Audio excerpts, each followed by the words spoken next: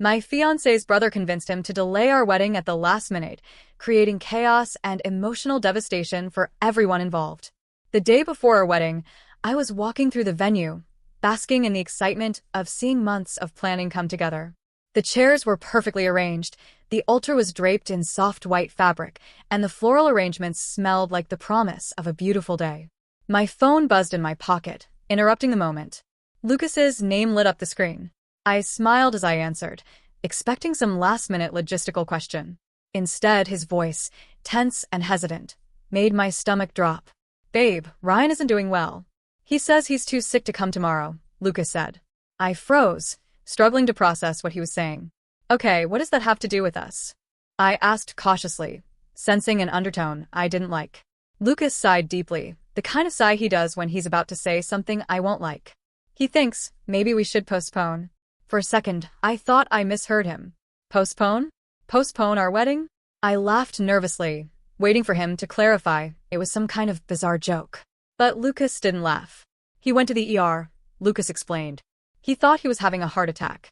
The doctors say it was just a panic attack, but Ryan's convinced there's something else going on.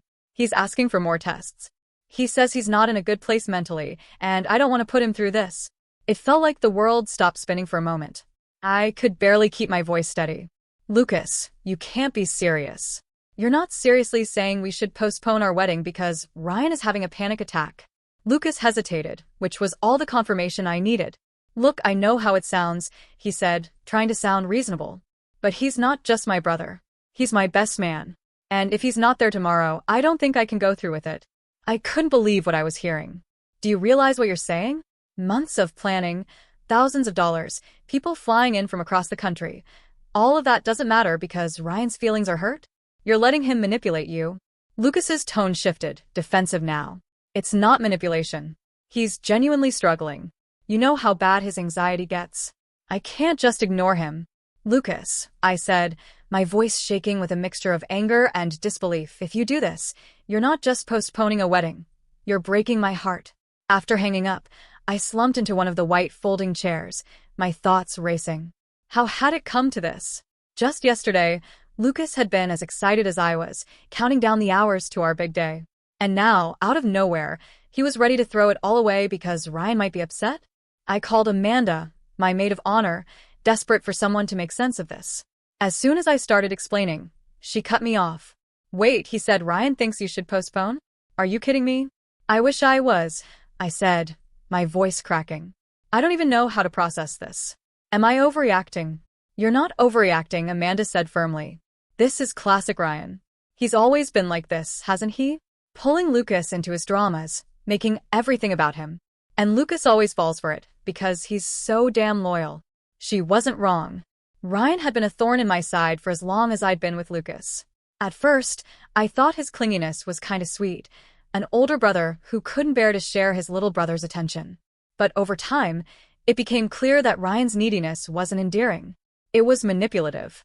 He'd show up unannounced during date nights, call Lucas incessantly over minor inconveniences, and guilt-trip him whenever Lucas didn't drop everything to help. Now, he'd taken it to the ultimate level. Later that evening, Lucas came home looking exhausted. I was sitting in the living room, my arms crossed, waiting for him. He hesitated in the doorway, clearly dreading the conversation. "I talked to Ryan again," he said quietly. He's really not okay. He said he feels like he's dying, and I believe him." I stared at him in disbelief. "Lucas, he's not dying. A doctor told him it's a panic attack. Do you even hear yourself? He's playing you, and you're letting him." "It's not that simple," Lucas snapped. "He's my brother. He needs me." "And what about me?" I said, my voice breaking. "I need you too. This is supposed to be our day, and you're letting him ruin it. Do you know what you're asking me to give up? The venue, the reception, the honeymoon. All of it's gone if we do this." Lucas ran a hand through his hair, looking genuinely torn. "It's not forever," he said weakly. "Just until Ryan is in a better place." I let out a bitter laugh. When has Ryan ever been in a better place? He's always in crisis, Lucas. And you always drop everything to save him. What happens when we have kids? Are you going to miss their birthdays because Ryan needs a shoulder to cry on? "That's not fair," Lucas said, his voice rising. "What's not fair?" I shot back, is that I'm always the one who has to take a back seat to his drama. You say you love me, but you keep choosing him over me. So, you tell me, what am I supposed to do with that? Lucas didn't have an answer. He just stood there, looking defeated, as if he were the victim in all this. I didn't have the energy to keep arguing. I grabbed my keys and headed for the door. Where are you going? Lucas asked, his voice panicked. I need some air, I said without turning around. And you need to figure out what kind of man you want to be. As I drove aimlessly through the city, I couldn't shake the feeling that my entire future was crumbling before my eyes. Tomorrow was supposed to be the happiest day of my life. Now, I wasn't even sure it was going to happen. After hanging up with Lucas, I sat frozen in my car in the parking lot outside the venue. My hands were gripping the steering wheel so tightly my knuckles turned white. The absurdity of the situation kept hitting me in waves. How had everything we'd worked for, the planning, the money, the excitement, been reduced to this? I couldn't stop the anger bubbling up inside me. I hit the speed dial for Amanda, who picked up almost immediately. How's the final walkthrough? She asked cheerfully. It's not happening, I said flatly. My voice broke on the last word. What do you mean? She asked, her tone immediately shifting. Lucas wants to postpone the wedding because Ryan's having a panic attack. Apparently, the universe revolves around his brother's fragile mental state. The words tumbled out of me in a rush, each one sharper than the last. There was a pause on the line before Amanda responded. Are you serious right now? Postpone your wedding? This isn't about Ryan being sick, she said, her voice steely. This is about control. He's been pulling this crap for years, hasn't he? I exhaled shakily. Yeah, he has. Amanda didn't even let me continue. Exactly. And you've let it slide because Lucas is sweet and doesn't want to rock the boat. But come on, girl. When does it stop? First it's ruining a date, then it's derailing your wedding. Next thing you know, Ryan's deciding where your kids go to school. Her words stung because they weren't far from the truth. Over the years, Ryan had inserted himself into every aspect of our lives, to the point that his presence felt like a constant shadow. At first, I thought he was just lonely. Lucas had told me that Ryan struggled with anxiety and had trouble maintaining friendships. But over time, it became clear that Ryan didn't just want Lucas's help. He wanted control. Ryan's methods weren't always overt. Sometimes, it was a passive-aggressive comment about how Lucas was forgetting his roots or leaving family behind. Other times, it was a crisis that magically cropped up whenever Lucas and I had plans, like the time he called sobbing because his girlfriend broke up with him and demanded Lucas come over immediately. That breakup turned out to be nothing more than a minor argument, but Lucas stayed at Ryan's place all night anyway, leaving me to eat our anniversary dinner alone. When I tried to address the issue with Lucas, he'd brush it off. He doesn't mean any harm, he'd say, or, he just needs me right now. It was infuriating, but I let it slide because I didn't want to be the villain who came between two brothers. But this was a whole new level. Ryan wasn't just inserting himself into our plans. He was blowing up our wedding entirely. As I sat in my car, Amanda kept talking, her voice fierce with indignation. You know what this is, right? It's a power move. He's testing how far he can push before Lucas finally says no. And if Lucas doesn't stand up to him now, he never will. I knew she was right, but hearing it out loud was unbearable. So, what am I supposed to do? Just let him ruin my life? I asked, my voice trembling. No, Amanda said firmly. You make Lucas choose. You don't have to be cruel about it, but you make it clear that if he keeps putting Ryan first, you're not sticking around to be second place. That evening, Lucas came home looking exhausted. He had dark circles under his eyes, and his shoulders were slumped like he was carrying the weight of the world. I was sitting in the living room, waiting for him, trying to keep my emotions in check. Hey, he said softly, as if the gentleness of his tone would make me forget everything. Don't hey me, I said sharply. We need to talk. He sighed and sank onto the couch, avoiding my gaze. I talked to Ryan again, he started, his voice hesitant. And I prompted. He's really not okay, Lucas said. He's convinced something's seriously wrong. He says he feels like he's dying, and honestly, I believe him. I can't just leave him like this. I couldn't help myself. I laughed bitterly. So what? The whole wedding is just off because Ryan feels like he's dying? A doctor already told him it's a panic attack. He's not dying, Lucas. He's manipulating you. Lucas flinched at my words. It's not manipulation. He's my brother. You don't understand what it was like growing up with him. He's always been fragile, and I've always been the one to take care of him. I can't just stop now. I felt a lump rising in my throat, but I forced myself to stay calm. Do you even hear yourself? You're letting him dictate our lives. Do you realize what we're losing if you do this? The venue, the reception, the honeymoon, all of it. Gone. Do you even care? Of course, I care, Lucas said, his voice rising slightly. But this isn't forever. Just until Ryan is better. And when will that be? I snapped. When has Ryan ever been better? There's always another crisis, Lucas. Always. If you don't stand up to him now, you'll be doing this for the rest of your life. Do you really want that? He ran a hand through his hair, looking genuinely torn. I don't know what you want me to do, he said finally. He's my brother. I can't just abandon him. And I'm your fiancé, I said, my voice breaking. Or, does that not matter to you? Lucas didn't respond.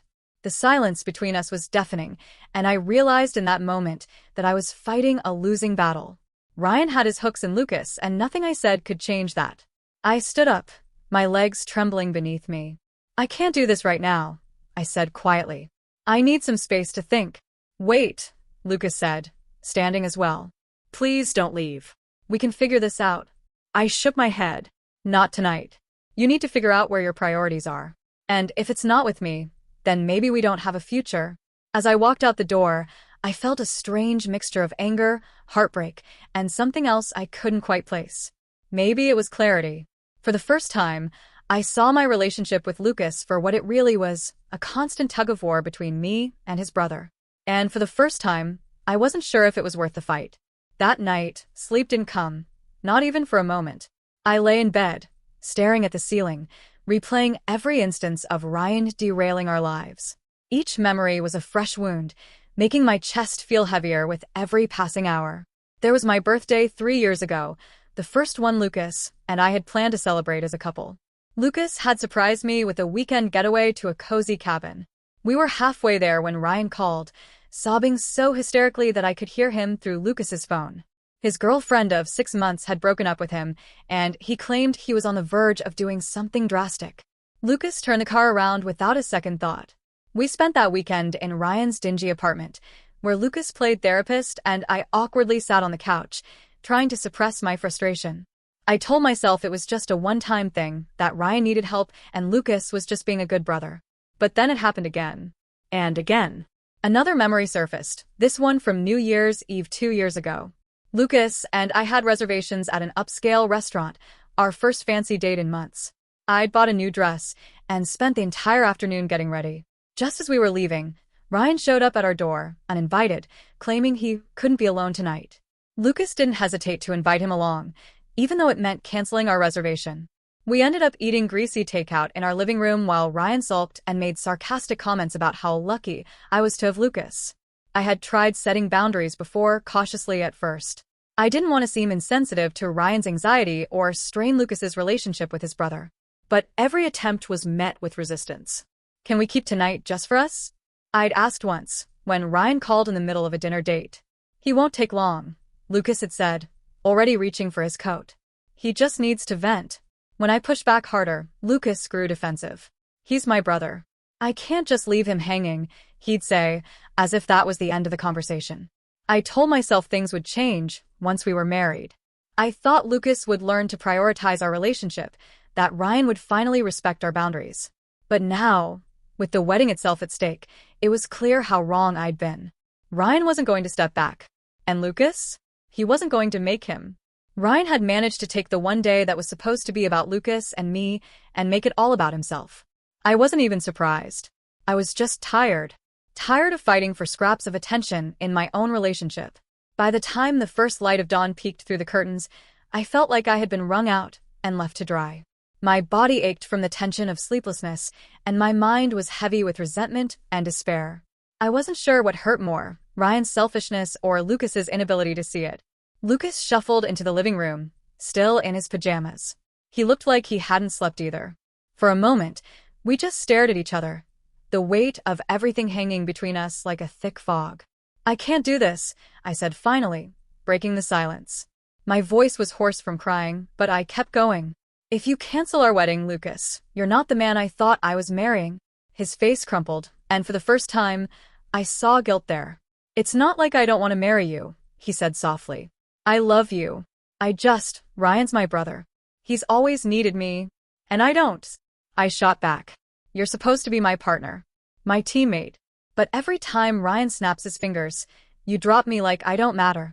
That's not fair, Lucas said, running a hand through his hair. Ryan's not doing this on purpose. He's sick.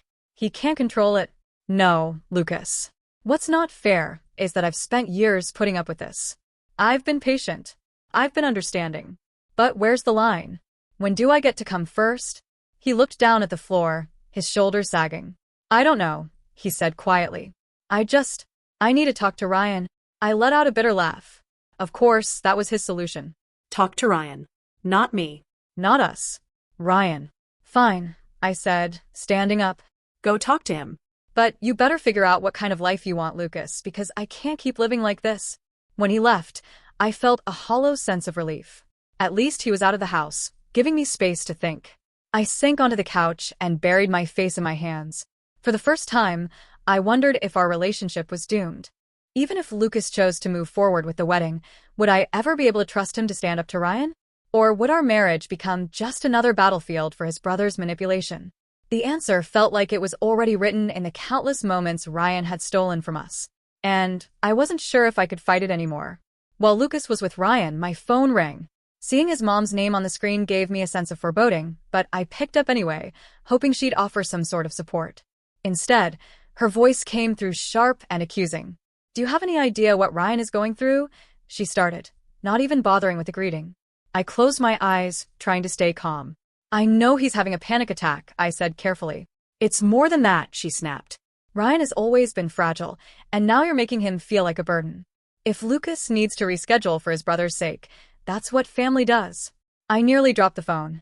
The audacity of blaming me for wanting my wedding day to happen as planned was infuriating. With all due respect, I said, my voice icy, this isn't just about Ryan. We have guests flying in, thousands of dollars on the line, and a life we're trying to start together. I'm sorry Ryan's struggling, but this is my wedding, too. You think I don't know that? She shot back. But family comes first. Marriage is about compromise, and if you can't compromise on this, maybe you're not ready for it. I hung up without another word, my hands trembling with anger. It was as if everyone had collectively decided that Ryan's feelings were more important than my future. I sat in silence for a few minutes, staring at my phone and debating my next move. Then, a surge of determination washed over me. If Lucas wasn't going to deal with Ryan, I would. Without giving myself time to overthink, I grabbed my keys and drove to Ryan's apartment. The whole way there, I rehearsed what I'd say. I told myself I'd be calm, rational. I'd appeal to whatever shred of decency he had. When I knocked on his door, I half expected him to answer in a hospital gown, looking pale and frail. Instead, he opened the door in sweatpants and a t-shirt, a bag of chips in one hand. Behind him, the TV blared some mindless reality show. Hey, he said, blinking at me in surprise. I pushed past him into the apartment without waiting for an invitation. We need to talk, I said, my voice sharper than I intended. Okay, he said, closing the door slowly. What's this about? I turned to face him, crossing my arms. What are you doing? I demanded, motioning to the couch. You're lounging around, eating chips and watching TV while everyone else is scrambling to deal with the mess you've caused. Do you have any idea what you've done? Ryan looked at me blankly, then shrugged. The doctor said I need to take it easy, he said, his tone dripping with nonchalance. That's not what I mean, and you know it, I snapped. You're manipulating Lucas into postponing his wedding. You're making everything about you, like you always do. His expression shifted, his blankness replaced by a smirk that made my stomach churn. Lucas knows where his priorities are, he said smugly. I stared at him, trying to process the sheer arrogance of his words. What the hell is wrong with you? I said, my voice rising. Lucas is trying to start his life with me, and you're deliberately sabotaging it. Do you even care about him? Of course I care, Ryan said, still smirking. That's why I'm making sure he doesn't make a mistake. A mistake? I repeated, incredulous. You, Ryan said simply, leaning back against the couch. You're the mistake. You're selfish, controlling, and you don't understand how important family is to Lucas. He'll thank me for this someday. The words hit me like a slap. I felt my face flush with anger, but I refused to let him see me crack. "You're delusional," I said, my voice trembling. "Lucas is marrying me because he loves me. He's building a life with me, not you. And you can't stand it, can you? That's why you're doing this. Not because you're fragile or anxious, but because you can't let him go." Ryan's smirk faltered for a moment, but he recovered quickly. "Believe what you want," he said, grabbing his chips and plopping onto the couch. "But Lucas will always pick me. You can fight it all you want, but you'll never win." I stood there, shaking with rage, but there was nothing more to say. I turned and walked out, slamming the door behind me. As I drove home, Ryan's words echoed in my head. Lucas will always pick me. Was he right? I didn't want to believe it, but the evidence was overwhelming. Lucas had spent our entire relationship prioritizing Ryan's needs over mine. Even now, when everything was on the line, he couldn't see what his brother was doing. When I got home, I collapsed onto the couch and let the tears come. For the first time, I wondered if this was a fight I could ever win, or if I was doomed to spend my life competing with Ryan for Lucas's loyalty. When Lucas walked through the door that night, his face was an open book, torn, tired, and brimming with guilt. He closed the door quietly behind him, as if trying not to shatter the fragile calm in the room. I was already sitting on the edge of the couch, waiting for him, my hands clenched into fists to stop them from shaking. He didn't even bother with pleasantries. "I've made a decision," he said, his voice low. "We're postponing the wedding." For a moment, I didn't respond. It felt like the floor had dropped out from under me. Everything, the venue, the reception, the vows I'd written, the honeymoon we'd planned, disappeared in the blink of an eye, replaced by a suffocating void. I looked up at him, searching his face for some sign of doubt, some hint that he didn't really mean it. But all I saw was resignation. "You're choosing him over me," I said finally, my voice trembling as the tears spilled over. Lucas flinched, but he didn't deny it. "It's not about choosing," he said, running a hand through his hair. "It's about doing the right thing. Ryan needs me right now, and I can't just abandon him." I stood up, the tears now streaming freely. "And what about me, Lucas? Don't I need you? Don't we deserve to have this day? Or does Ryan's needs trump everything else, like always?" "It's not like that," he said quickly, his voice pleading. He's my brother, and he's not okay. I'd rather lose the venue than let him think I don't care." I let out a bitter laugh, shaking my head. "Do you even hear yourself? You'd rather throw away everything we've planned, everything I've worked for, just to spare Ryan's feelings. And you don't see how wrong that is?" Lucas looked down at the floor, his shoulders slumping. "I'm sorry," he said quietly. "Sorry?" I repeated, my voice rising. "You're sorry? That's it." He didn't respond. The silence stretched between us, heavy and unbearable. Finally, I turned away, grabbing my phone and dialing Amanda. Amanda arrived 20 minutes later, her expression a mixture of anger and concern as she stepped into the apartment. "What the hell is going on?" she demanded, looking between me and Lucas. "He's postponing the wedding," I said flatly, my voice hollow. Amanda's eyes widened in disbelief before narrowing as she turned her gaze to Lucas. "Are you serious right now? You're going to ruin your wedding because of Ryan's?" Lucas opened his mouth to respond, but Amanda held up a hand. "Save it. I don't even want to hear it. You don't deserve to marry her if you can't see what you're throwing away." "Amanda," I said softly, trying to calm her down. "No," she said firmly. "You're packing a bag, and you're coming with me. You're not staying here tonight." For once, I didn't argue. I walked into the bedroom and began throwing clothes into a duffel bag, my movements mechanical. Lucas followed me to the doorway, hovering like he wanted to say something but couldn't find the words. As I zipped up the bag, I turned to face him. "If you walk away from me now," I said, my voice breaking, "don't expect me to wait for you to come back." The ride to Amanda's apartment was quiet, except for the occasional sniffle as I tried to hold back more tears. Amanda kept glancing over at me, her hands gripping the steering wheel tightly. "He's an idiot," she said finally, breaking the silence. "A complete and utter idiot." I didn't respond. I didn't have the energy to defend him or agree. All I could think about was the look on Lucas's face when I'd left, the mixture of guilt and sadness that made me wonder if he even realized the gravity of what he'd done. When we got to Amanda's place, she ushered me inside and handed me a glass of wine. "You don't have to decide anything tonight," she said gently. "Just stay here and breathe. Let him figure out what kind of mess he's made." I nodded numbly, but deep down, I wasn't sure there was anything left to figure out. Lucas had made his choice. And for the first time, I was starting to think I might need to make mine. Lying in Amanda's guest room that night, I stared at the ceiling, my mind racing. I thought about all the times Lucas had chosen Ryan over me, all the compromises I'd made, the times I'd told myself it would get better, that he'd eventually learn to set boundaries. But now, with the most important day of our lives on the line, he'd shown me exactly where his priorities lay. And no matter how much I loved him, I wasn't sure I could live with that. I was still lying in bed at Amanda's place when my phone buzzed. The harsh vibration against the nightstand jolted me out of the daze I'd been in all morning. I didn't need to check the screen to know it was Lucas. I considered letting it go to voicemail, but something compelled me to pick up. "Hellos," I said, my voice flat. "Hey," Lucas said quickly, his tone frantic. "I'm so sorry. I've been up all night thinking, and I talked to Ryan this morning." I told him. He paused, as if the next words were physically hard to say. "I told him he needs to stay out of this. The wedding is still on. I promise." I sat up, gripping the phone tightly. "And what did Ryan say?"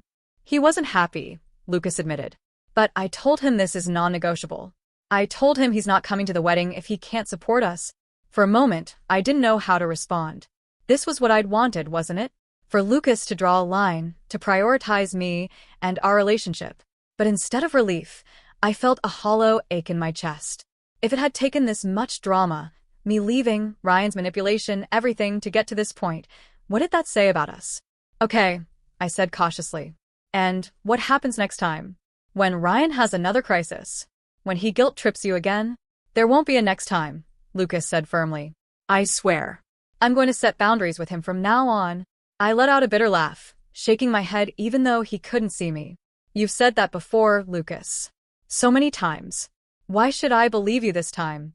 "I mean it," he said desperately. "I know I've screwed up, but this is different. I see how much it's hurt you, how much I've hurt you. I don't want to lose you." I closed my eyes, feeling the weight of his words. I wanted to believe him. God, I wanted to believe him so badly. But the years of broken promises and excuses loomed large in my mind. "Prove it," I said finally, my voice barely above a whisper. "If you're serious, prove it." "I will," Lucas said, the urgency in his voice almost convincing. "Please just come home.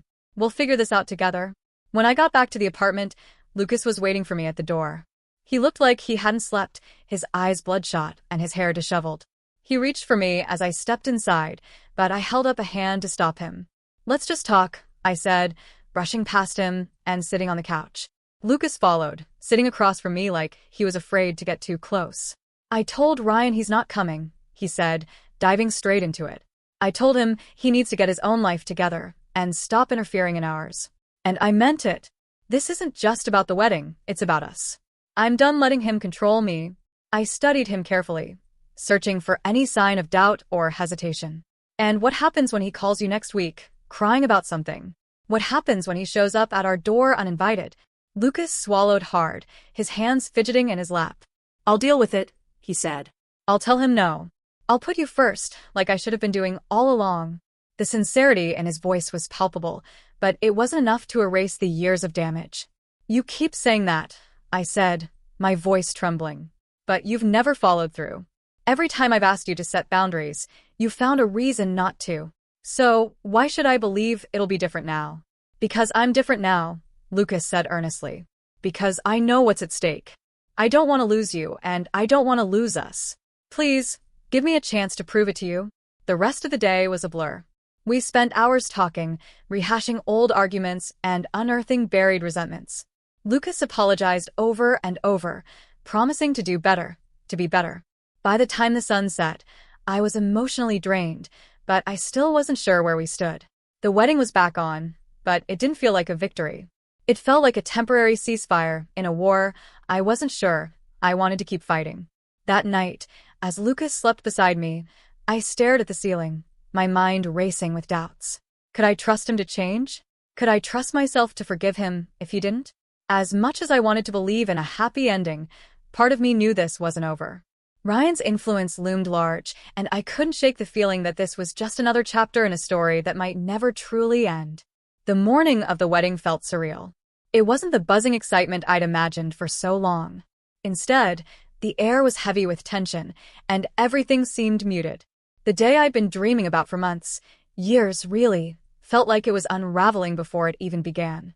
The first sign that things weren't going as planned came when my phone buzzed with a flurry of texts from friends and family. Many of them, assuming the wedding was off after yesterday's chaos, had already left town or changed their plans.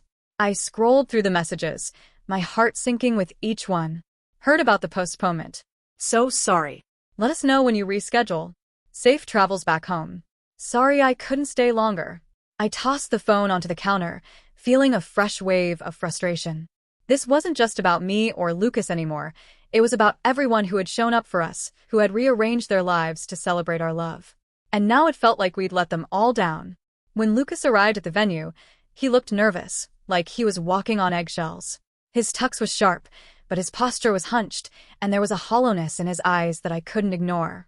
"You okay?" he asked, his voice tentative as he approached me in the bridal suite. I stared at him for a moment, taking in the man I was about to marry. He looked distant, like part of him wasn't even there. "I'm fine," I said curtly, turning back to the mirror. He hovered in the doorway for a moment before walking away, muttering something about checking on the seating arrangements. As I finished getting ready, Amanda came in, her expression guarded. "You look beautiful," she said softly, adjusting my veil.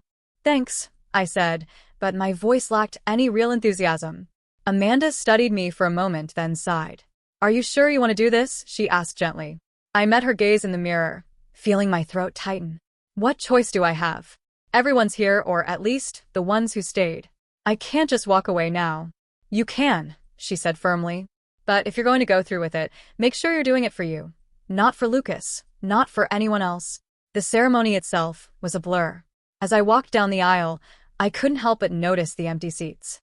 Whole rows that should have been filled with friends and family were vacant, stark reminders of how the chaos of the past 2 days had rippled outward.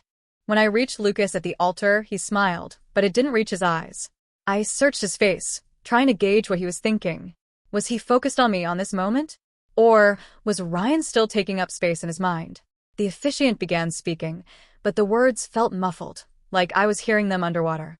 I kept glancing at Lucas, looking for reassurance, but he seemed distracted. His gaze drifted out over the guests, then to the floor, and then back to me, as if he couldn't keep his focus steady. For a split second, I wondered if he was thinking about Ryan, if he was regretting telling him to stay away. The thought twisted like a knife in my chest. When it came time to exchange vows, I stumbled over my words, my hands trembling as I held his. Lucas's vows were sweet but rushed, like he was trying to get through them as quickly as possible. By the time we were pronounced husband and wife, the weight of the day was suffocating. The joy I'd expected to feel, the overwhelming happiness of finally being married, was nowhere to be found. The reception was subdued, to put it mildly. The empty seats from the ceremony carried over, leaving the once vibrant hall feeling oddly cavernous. Some guests tried to keep the energy up, clinking glasses and making toasts, but there was an undeniable awkwardness in the air. I noticed Lucas checking his phone several times throughout the evening, his face tightening each time he glanced at the screen. At one point, I couldn't take it anymore. I pulled him aside, away from the prying eyes of our guests. "Is it Ryan?" asked bluntly. Lucas hesitated, his eyes darting to the side. "He texted me, yeah," he admitted. "What did he say?" He's upset. He says he feels like I abandoned him." I closed my eyes, trying to hold back the frustration bubbling inside me. "Lucas, it's our wedding day. Can you just, for one night, let it be about us?" He nodded quickly, shoving his phone into his pocket. "You're right. I'm sorry." But the damage was already done. The rest of the night felt like a chore, a series of forced smiles and polite conversations that drained what little energy I had left. As we drove away from the reception that night, I stared out the window, the city lights blurring into streaks of color. Lucas reached over and took my hand, his grip warm and firm. "I know today wasn't perfect," he said softly. I turned to look at him, my heart heavy with unspoken thoughts. "No, it wasn't," I said. "But I guess that's what we signed up for, right? Imperfection?" Lucas squeezed my hand, but neither of us said anything else. The silence in the car felt louder than any argument we could have had. Deep down, I couldn't shake the feeling that this wasn't the beginning of our happily ever after. It felt more like the beginning of something uncertain, something I wasn't sure I was ready to face. The morning after the wedding, I woke up with a dull ache in my chest, as though my heart had been carrying the weight of 1,000 unspoken words. The reception's awkwardness still lingered in my mind. Lucas was already up, sitting at the edge of the bed with his phone in his hand, staring at it like it might explode. "What's wrong?" I asked, my voice scratchy from exhaustion. He turned to me, his face grim. "Ryan's been talking to people. A lot of people. My mom, my aunt, a few of my cousins." I sat up, dread pooling in my stomach. "What's he saying?" Lucas hesitated, then sighed heavily. "He's telling them you forced me to choose between you and him. That you're controlling. That you've been trying to cut him out of my life."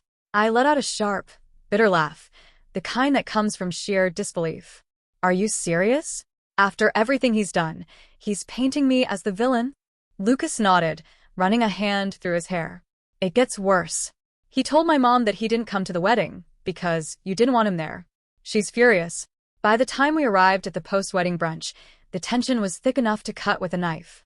Family members who had been warm and welcoming the day before now gave me tight smiles and avoided eye contact. Lucas's mom barely acknowledged me when we arrived, her lips pressed into a thin line. She pulled Lucas aside almost immediately, leaving me standing alone near the buffet table. I could see them talking in hushed tones, her hand gesturing angrily as Lucas tried to explain. Amanda sidled up to me, her plate piled high with scrambled eggs and fruit. "What's going on?" she asked, her voice low. "Ryan," I muttered. "Apparently, he's been spreading lies about me to the family." Amanda's eyes widened. "Are you kidding me? What did Lucas say?" "Not much yet," I admitted, watching him from across the room as his mom continued to berate him. Amanda leaned closer, her voice dripping with sarcasm. "What a shock.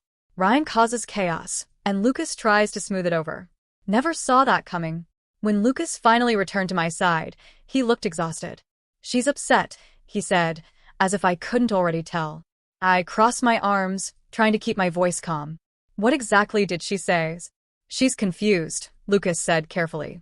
"She doesn't understand why Ryan wasn't there, and she thinks maybe you should have been more flexible." "Flexible?" I repeated, my voice rising slightly. "Lucas, your brother tried to ruin our wedding. And now he's turning your family against me. How is this still somehow my fault?" Lucas winced, his eyes darting around the room. "Keep your voice down," he pleaded. "We don't need to make a scene." "I'm not making a scene," I hissed. "I'm asking you to stand up for me. For us." The rest of the brunch was an exercise in restraint. Every time I caught someone looking at me, their expressions ranged from pity to barely disguised judgment. A few of Lucas's aunts avoided me entirely, and one even made a snide comment about how family should always come first. I felt like I was walking on eggshells in a room full of landmines. And Lucas, ever the peacemaker, tried to act like nothing was wrong. It all came to a head when one of Lucas's cousins, a brash woman named Tara, cornered me near the coffee station. "So, what's the deal with Ryan?" she asked, her tone accusatory. I blinked at her, caught off guard. "What do you mean?" "Well," she said, leaning in conspiratorially, "everyone's saying you made Lucas cut him out of the wedding. That you didn't want him there." I felt my jaw tighten. "That's not what happened," I said evenly. "Ryan decided not to come because he didn't support our marriage." Tara raised an eyebrow, clearly unconvinced. "Interesting. That's not the story he's telling." I opened my mouth to respond, but Amanda appeared at my side, cutting in with her usual no-nonsense demeanor. "Ryan's story is garbage," she said bluntly. "He's been a toxic presence in their relationship for years, and it finally caught up to him. So if you're here to stir the pot, don't bother." Tara blinked, clearly taken aback, before muttering something under her breath and walking away. By the time we left the brunch, I was emotionally drained. In the car, Lucas reached for my hand, but I pulled away. "I need to know something," I said quietly. "What?" he asked, his voice cautious. "Do you believe him?" I asked, turning to look at him. "Do you believe that I'm controlling, that I forced you to choose?" "Of course not," Lucas said quickly. "I know Ryan's twisting things to make himself look like the victim. I don't blame you for any of this." I wanted to believe him, but his hesitation earlier at the brunch still lingered in my mind. "Then why didn't you defend me more?" I asked. "Why did you let them treat me like this?" Lucas sighed, running a hand through his hair. "Because it's complicated. Ryan's my brother and my family's upset. I'm just trying to keep the peace." "And where does that leave me?" I asked, my voice breaking. I'm your wife now, Lucas. You're supposed to have my back. But I feel like I'm standing out here alone while you try to keep everyone else happy. He didn't respond, and the silence in the car felt deafening. By the time we got home, I was more uncertain than ever. Lucas's promises to set boundaries with Ryan seemed hollow in the face of his actions. And as much as I loved him, I couldn't shake the feeling that this was only the beginning of a much bigger problem. Ryan might not have been at the wedding, but his shadow loomed over everything. And if Lucas couldn't stand up to him now, what hope did we have for the future? The honeymoon was supposed to be our escape, a much-needed reprieve from the drama of the wedding and the chaos Ryan had created. For a brief moment, I had allowed myself to hope that the sunny beaches of Mexico and the gentle lapping of the waves would give us a chance to reconnect, to feel like newlyweds instead of survivors of a war. But those hopes evaporated almost as soon as we landed. It started subtly at first. Lucas would glance at his phone more often than usual, his brow furrowing whenever a notification popped up. When I asked about it, he waved it off, saying it was nothing important. I tried to let it go, chalking it up to lingering wedding stress. But by the second night, it was clear something was wrong. Lucas spent half of dinner scrolling through his phone, his expression growing darker with each message. Finally, I couldn't take it anymore. Is it Ryan? I asked, my voice sharper than I intended. Lucas hesitated, then nodded. He's having a hard time, he said. I think he feels abandoned. I stared at him, incredulous. You think he feels abandoned? Lucas, you told him to stay out of our wedding because he was actively trying to ruin it. And now he's making himself your priority again, on our honeymoon. He's not trying to ruin anything, Lucas said defensively. He's just struggling. I can't ignore him when he's like this. You can't or you won't? I shot back, my voice rising. Because there's a difference, Lucas. And right now it feels like you're choosing him over me. Again. By the third day, the tension between us was unbearable. I tried to enjoy the trip, to soak in the sun, drink margaritas, and pretend I wasn't furious. But Lucas's constant checking in with Ryan made it impossible. Every time his phone buzzed, I felt my stomach tighten. And it wasn't just the texts. Ryan had started calling, too. Once, Lucas actually left the pool to take a call from him, leaving me sitting alone with a book I couldn't concentrate on. When he came back 20 minutes later, I was fuming. You know what? I said, slamming my book shut. If Ryan's going to be part of this honeymoon, maybe I should leave and let the two of you enjoy it together. Don't say that, Lucas said, looking genuinely hurt. You know that's not what I want. Then act like it. I snapped. Because right now, it feels like I'm just a placeholder until Ryan needs something from you again. That night, we had the fight I'd been dreading since the day before the wedding. I'd kept quiet about my doubts and frustrations, hoping Lucas would come to his senses on his own. But it was clear he wasn't going to. We were sitting on the balcony of our hotel room, the ocean stretching out before us in a way that felt almost mocking. I took a deep breath, steadying myself before speaking. I can't keep living like this, I said, breaking the silence. Lucas turned to me, confused. What do you mean? I mean I can't keep being second place to your brother, I said, my voice trembling. Every time he needs you, you drop everything, even when it's not an emergency. Even when it hurts me. I'm your wife, Lucas. I should come first. You do come first, he said quickly. No, I don't, I said, shaking my head. If I did, we wouldn't be having this conversation. You wouldn't be letting Ryan intrude on our honeymoon. Lucas looked down, his hands gripping the railing tightly. He's my brother, he said finally. I can't just cut him out of my life. I'm not asking you to cut him out, I said, my voice breaking. I'm asking you to set boundaries. To choose me when it matters. To stop letting him control our lives. You don't understand what it's like, Lucas said, his voice defensive. Ryan's always been fragile. He depends on me. And what about me? I asked, tears streaming down my face. Do I not get to depend on you? Or is there only room for one person in your life? Lucas didn't respond. He just stared out at the ocean, his face filled with anguish.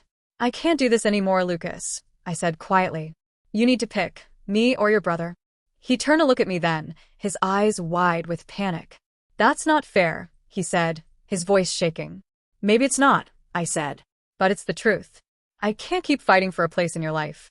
I need to know that I matter to you, that our marriage matters. If you can't give me that, then what's the point? Lucas opened his mouth to respond but stopped himself, his expression crumbling into a mix of guilt and despair. He looked at me like he wanted to say something, anything, that would make it better. But he didn't. The silence stretched between us, louder than any words could have been. And in that moment, I realized I already had my answer. It's been weeks since the honeymoon, but the wounds from that trip still feel fresh. Lucas has been trying, he really has. He's been more attentive, more present. He's cut back on the endless calls with Ryan, and I've even overheard him setting boundaries I never thought he was capable of. "Ryan, I can't talk right now. I'll call you tomorrow," he'd said the other day, his tone firm yet apologetic. It was a small victory, but one I couldn't bring myself to celebrate. Because even as Lucas tried to prove he was changing, a part of me couldn't forget how far things had gone. The first week back, I found myself replaying the fight on the balcony over and over in my head, like a song stuck on repeat. The way Lucas had looked at me, torn and guilty, refusing to answer the question that mattered most. I kept hoping the memory would dull with time, that I'd wake up one morning and feel lighter. But instead, the weight of it lingered, like a stone in my chest. Amanda's voice echoed in my mind every time I thought about forgiving him. "You deserve better than second place," she'd said it the night I came back from the honeymoon, crying into a glass of wine at her apartment. I'd wanted to argue with her, to defend Lucas, but I couldn't. Because deep down I knew she was right. Lucas's attempts to make amends have been a mix of earnestness and desperation. He's been doing more around the apartment, making dinner, planning date nights, even bringing me flowers on a random Tuesday. "I just want you to know how much I love you," he'd said, his voice soft and uncertain. I smiled and thanked him, but the words didn't hit the way they used to. I wanted to believe him. I really did, but a part of me couldn't shake the feeling that this was all temporary. That the next time Ryan needed him, we'd be right back where we started. And it wasn't just Ryan anymore. Lucas's family had made their opinions clear in the weeks after the wedding. His mom called me inflexible during one tense phone call, and I caught whispers at a family gathering about how I'd pushed Ryan away. Even though Lucas tried to defend me, his words seemed to fall on deaf ears. "You're not a bad person for wanting boundaries," he told me afterward, but I could see the tension in his jaw. He hated being caught in the middle, and I hated putting him there. But wasn't that the role Ryan had created for us all along? A constant tug-of-war with Lucas as the rope? The nights are the hardest. Lying next to Lucas in bed, feeling his warmth beside me, I can't stop the questions from flooding in. Am I being unreasonable? Should I be more understanding of his loyalty to his brother? Or am I wasting my time, fighting for something that will never really change? One night, I finally voiced the thought that had been haunting me. "Do you think Ryan will ever stop being a problem for us?" Lucas hesitated, and in that pause, I found my answer. "I don't know," he admitted, his voice barely above a whisper. I nodded, tears stinging my eyes as I turned away from him. The next morning, I stood at the kitchen counter, staring at my coffee cup like it held some kind of answer. Lucas walked in, his hair messy and his eyes still heavy with sleep. He wrapped his arms around me from behind, resting his chin on my shoulder. "I love you," he murmured. I closed my eyes, trying to let the words sink in. But instead of comfort, all I felt was doubt. Love wasn't supposed to feel this heavy. Now, as I sit here writing this, I still don't know what the future holds for us. I want to believe that love is enough, that Lucas's efforts will pay off, and we'll find a way to move past all of this. But I can't ignore the voice in the back of my head telling me otherwise. Because as much as I love Lucas, I'm not sure I can spend the rest of my life fighting for his attention. Fighting to be his priority. For now, we're trying. But honestly, I don't know if we'll make it. And that's the hardest part of all.